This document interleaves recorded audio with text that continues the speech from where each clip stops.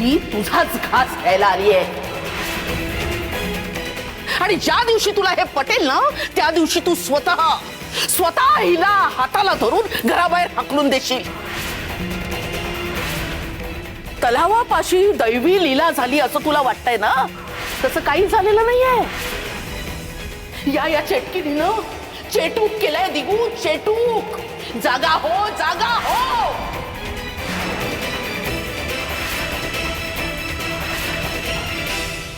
सासूबाई तू तर मध्ये बोलूच नकोस. तुझी कड घ्यायला आता मामांची नाही आहेत या घरात. निव्वळ त्यांचा मान जपावा म्हणून त्याला काही बोलले नव्हते, पण त्यांनी केव्हाच हे घर फुंकून टाकलंय. मी माझ्या कष्टानं आणि बाबाजींच्या कृपेनं हे सगळं उभं केलंय.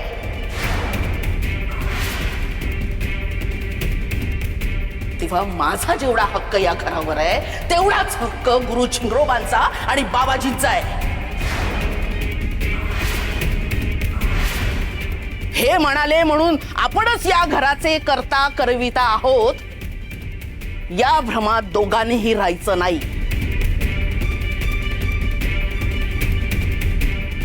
हे घर माझं आहे. चल ग, घराच्या चाव्या माझ्या हातात दे. चल. रमाई, अगं त्या चाव्या बाबांनी दिल्या होत्या. आपण बाबांचा मान राखायला हवा ना. आणि सकू तर नकोच म्हणत होती, पण त्याच्याशी माझं काहीही घेणं देणं नाही. माझी बुद्धी, डोळे, कान सगळं व्यवस्थित शाबूत आहे.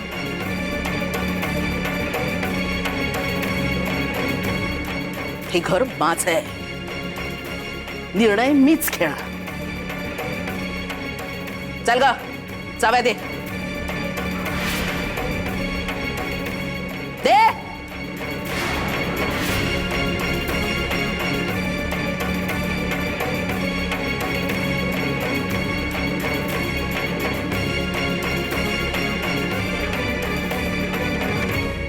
आता एक महत्वाचं, माझं म्हणणं जर कुणालाही मान्य नसेल तर कुणीही मला उलट जाब विचारायचा नाही. कुणालाही स्पष्टीकरण द्यायला मी बांधील नाही. माझं म्हणणं जर कुणालाही पटत नसेल तर त्यांनी सरळ घराबाहेर पडायचं. या घरात राहायचं असेल तर माझ्या नियम आणि अटींवरच राहावं लागेल. तुलाही सांगते दिगू, तुला जर माझं म्हणणं पटत नसेल तर तूही तुझ्या बायको सोबत घर सोडून चालता हो. नाहीतरी बायको वेडा बिनकामाचा मुलगा असून नसल्यासारखाच आहे. बस झालं.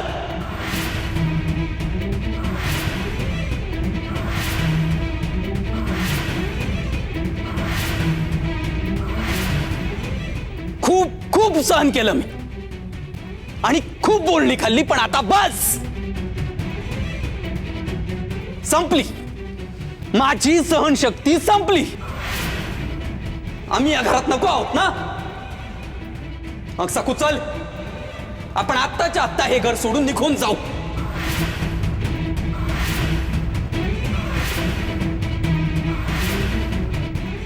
कारण रमाईला खूळ लागले. खूळ. आम्ही आत्ता या क्षणी नेसल्या वस्त्रांनीशी हे घर सोडतोय.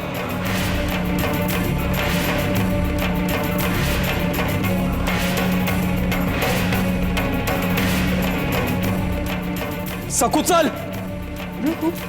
अहो ऐका ना. चल. अहो थांबा, ऐकून तरी घ्या.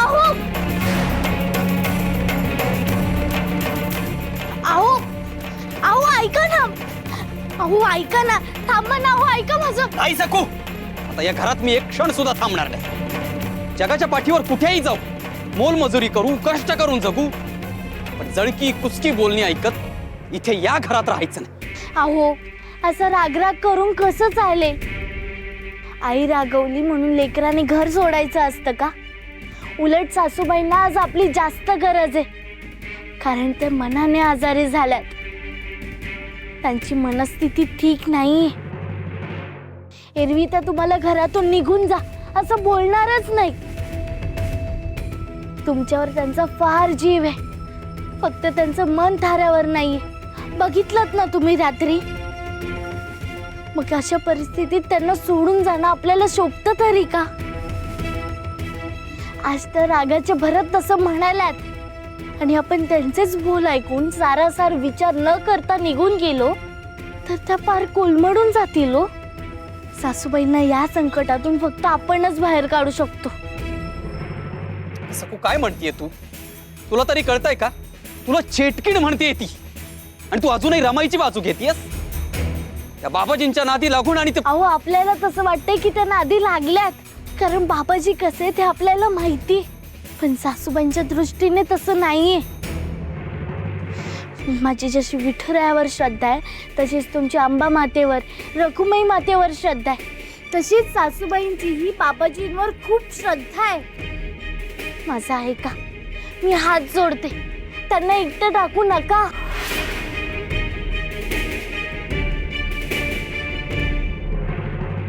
ठीक आहे, तू म्हणतेस तर मी काही दिवस गप्प आहे. पण सखू, हे मी फार काळ सहन करू शकणार नाही, हेही तितकंच खरं आहे.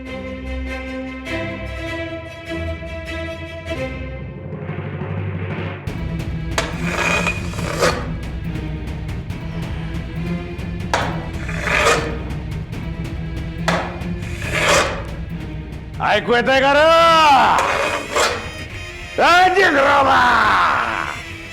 माझा आवाज तुझ्या कानापातूर पोचतोय का नाही? आयुष्यभर तुझं नाव बोंब बोंब बोंब बोललो, पार बेंबीच्या देठापासून तुझं नाव घेतलं, पण तरी तुझी हार झाली आणि माझी माती झाली. अरे पार माती झाली की रे माझी. आणि मग आता कसा तुझा जय जयकार करणार? आणि आयुष्यभर आम्ही तुझ्या नावाने जे काय बोंबलोय त्याची शिक्षा नको वैर आम्हाला मिळायला? मग बघतोय आम्ही, शिक्षा बघतोय, शिक्षा बघतोय, शिक्षा बघतोय, बघतोय, बघतोय, शिक्षा बघतोय.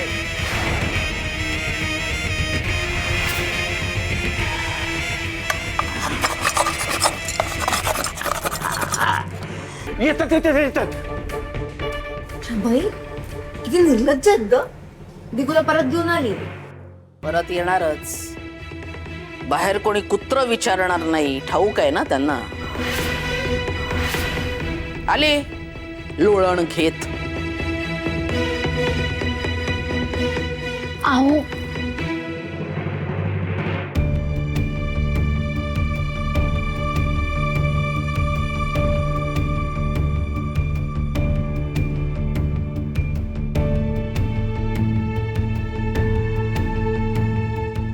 सासूबाई, हे रागाच्या भरात घर सोडून निघाले होते, त्यासाठी मी तुमची क्षमा मागते. आणि हे काय परक्यासारखे उभ्या उभ्यानेच नमस्कार करता येते? अहो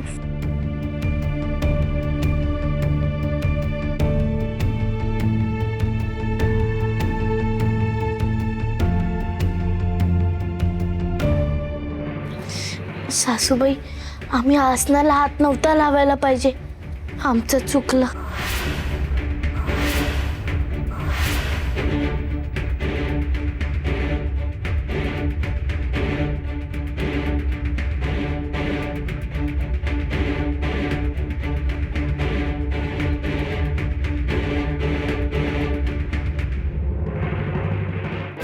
आसन जागेवर ठेवलं म्हणजे माझं समाधान होईल असं नाही. या घरात राहायचं असेल तर माझ्या काही अटी आहेत. त्या जर तुम्हाला मान्य असतील तरच तुम्हाला या घरात राहता येईल.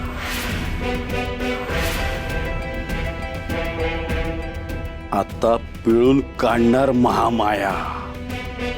अट पहिली, या घरात कुणीही कधी म्हणजे दिवसा रात्री अगदी झोपेत सुद्धा विठ्ठलाचं नाव घ्यायचं नाही.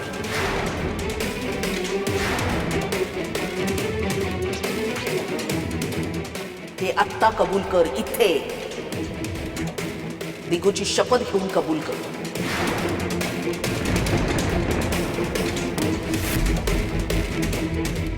माझी शपथ घेऊ नकोस हं? माझी शपथ मोडून मलाच मारशील. ठीक आहे. मी विठुरायाचं नाव कधीच घेणार नाही.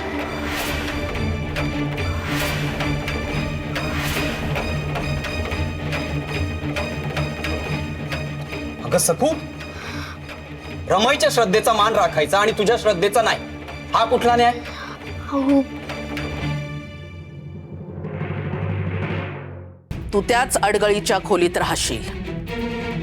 तुझी तीच लायकी आहे. मला ती अडगळीची खोली वाटतच नाही. मला तिथेच आवडतं.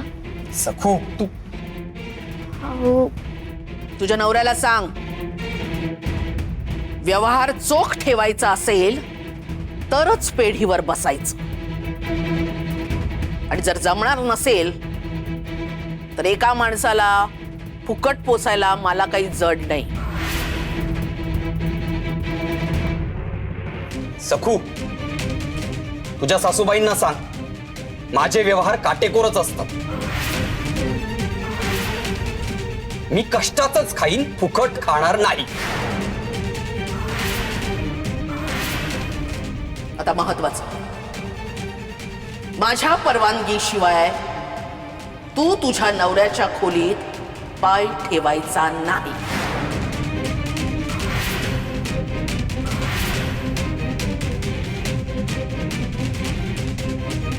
ठीक आहे. मी तुमच्या परवानगीशिवाय आमच्या खोलीत पाय ठेवणार नाही.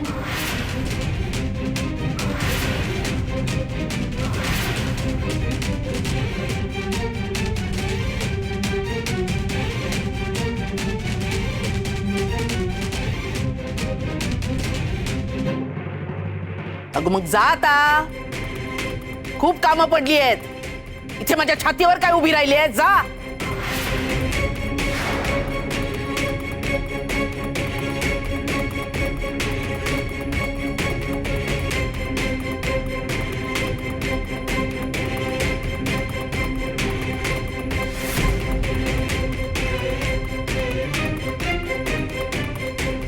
महामाया महामाया, पुन्हा दिगूभोवती मूठ आवळली बहीण. ये दार होईस तोपर्यंत येळ. ए जिग्रोबा, ऐकून घे आमचं. ऐकावंच लागल रे तुला. आज तर ऐकावंच लागल. हा? अरे ती अंगठ्या एवढी पोरगी, तिने हाक मारली, इटोराया इटोराया इटोराया. कितीचा इटोरा येतो धावत तिच्याकडं. मग आम्ही इथं बेंबीच्या देठापासून बोंबलतोय, झिंगरोबा झिंगरोबा झिंगरोबा. मग काय करतो आमचा देव? काय येत नाही?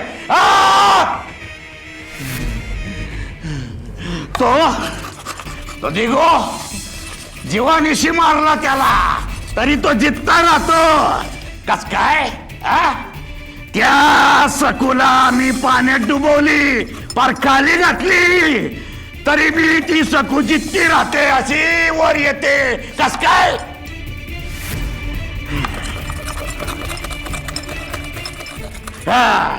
मग ही कोणाची हार रे? तुझी का माझी? दोघांची बी हार आहे, तुझी बिन माझी बी. म्हणूनच आता मी धार काढतोय बर काय झिंगरोबा.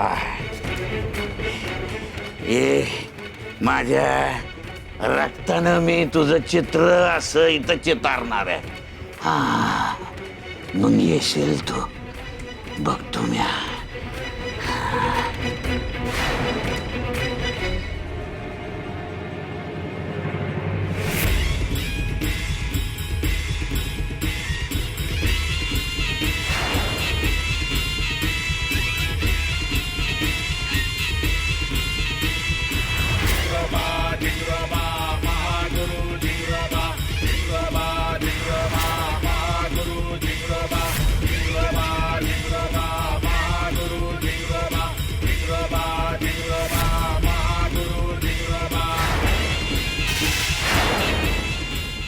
झिंगरोबा, बघतोय ना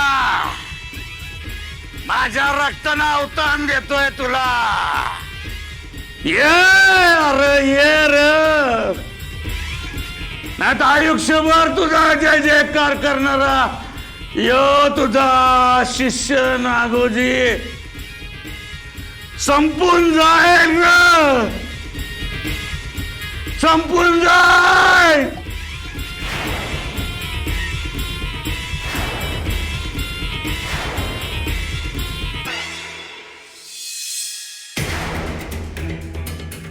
काय ग बच्चे, काय झालं?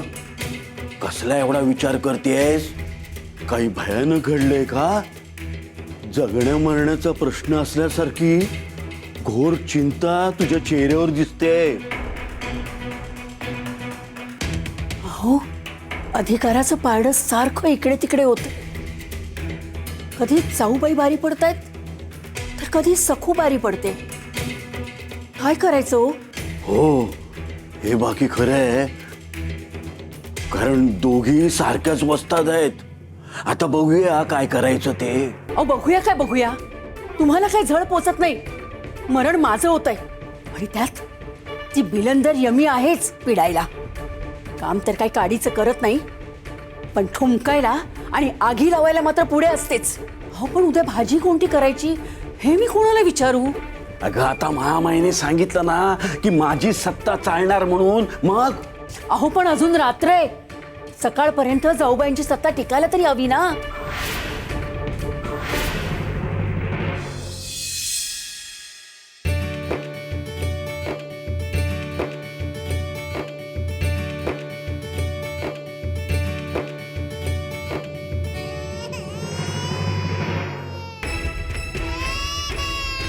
शंभूबाळ रडताय.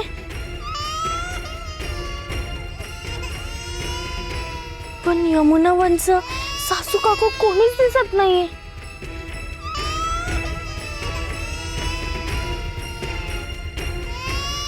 वंच कुठे गेला? आणि शंभूबाळ इतकं का रडताय? आणि कोणालाच ऐकू येत नाहीये.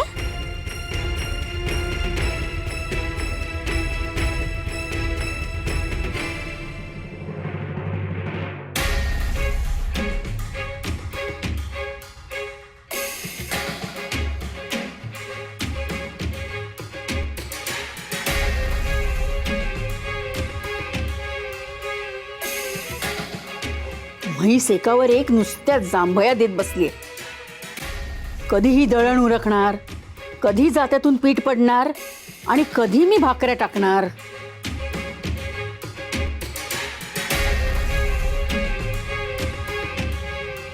ग यमुने, जरा जोरात हात चालव की ग. अगं जाता हलवलं ना की फिरतं, आपोआप नाही. जरा हात चालव ना जोरात. चालवतेच आहे. एवढी घाई असेल ना तर स्वतः येऊन फिरव जातो.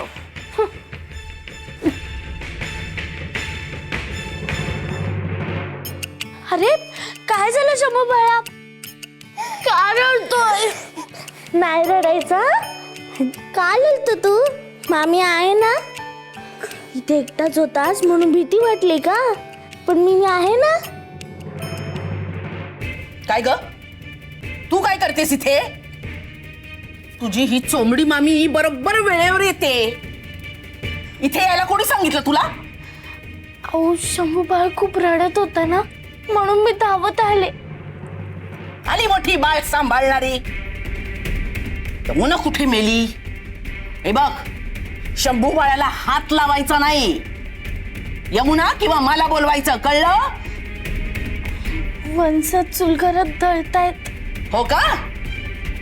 चल तू चल. चला शंभू बाळा, आपण जायचं. आजीकडेच यायचं फक्त. चल चल, हो पुढे. चल हो पुढे. यमुने, अगं तू काय करतेस इथे? अगं काय करते म्हणजे काम करते ना. बाबांनी सांगितलंय ना, माहेरी राहायचं तर कामं करावी लागतील. मठ्ठ आहेस तू, मठ्ठ. या घरात मालक कोण आहे? मी सांगितलं का तुला दळायला बस म्हणून? यापुढे मी सांगेन तसंच होईल. चल उठ, शंभू बाळाला घे, रडत होता तो, त्याला भूक लागली असेल. उठ.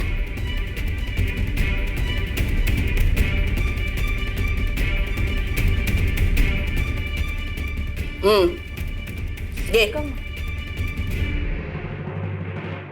आता काय पायघड्या घालू का म्हणजे जात्यावर बसशील?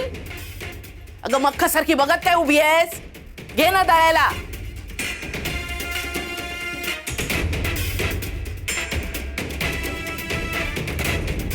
जाऊबाई, या चेटकिणीच्या हातात भरपूर बळ आहे. 4 पायल्या जास्तच दळून घ्या हिच्याकडनं.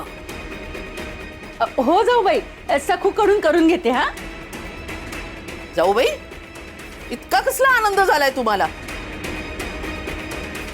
काकू माझ्याकडे काय बघतेस? ते हे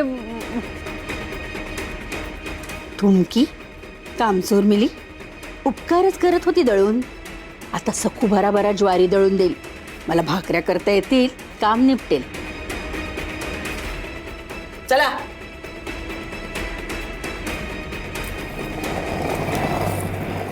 आनंद झाला कारण तू भराभरा कामं करतेस ना.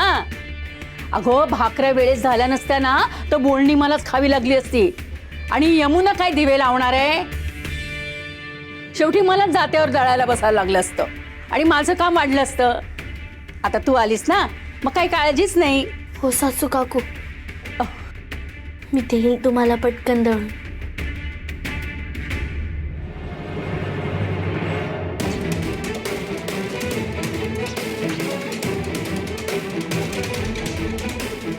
ए कुठे गेला? मेला का रे बांडगुळा? तुझी ताटली वर आली नाही म्हणजे तू मेला आहेस असं आम्ही समजतो. आता तू जिता बी असलास तरी हे माजुरड्या तुझ्यासाठी जेवण येणार नाही. तुला नियम सांगितला होता. आता हे दार तुझ्यासाठी उघडणार नाही. थाळी नाही आणि काय बी नाही.